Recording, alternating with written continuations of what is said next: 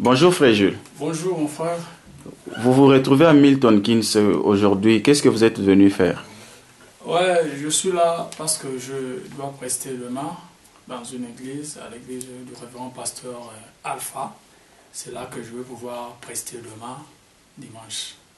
C'est que pasteur Alpha vous a invité. Ouais, je suis là. Moi, je suis à Sheffield.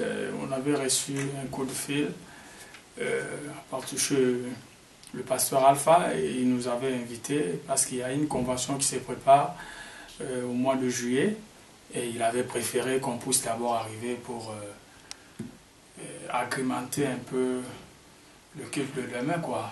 Voilà. Alors qu'est-ce que vous promettez déjà pour demain?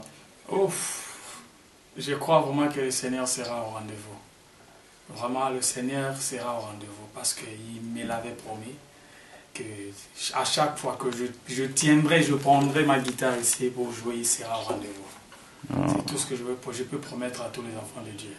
Ok, est-ce que nous pouvons faire un petit tour avec vous dehors? Comme ça, vous allez nous gratter une chanson de votre album. Ok, pas de problème. Au plaisir, mon frère. On peut aller.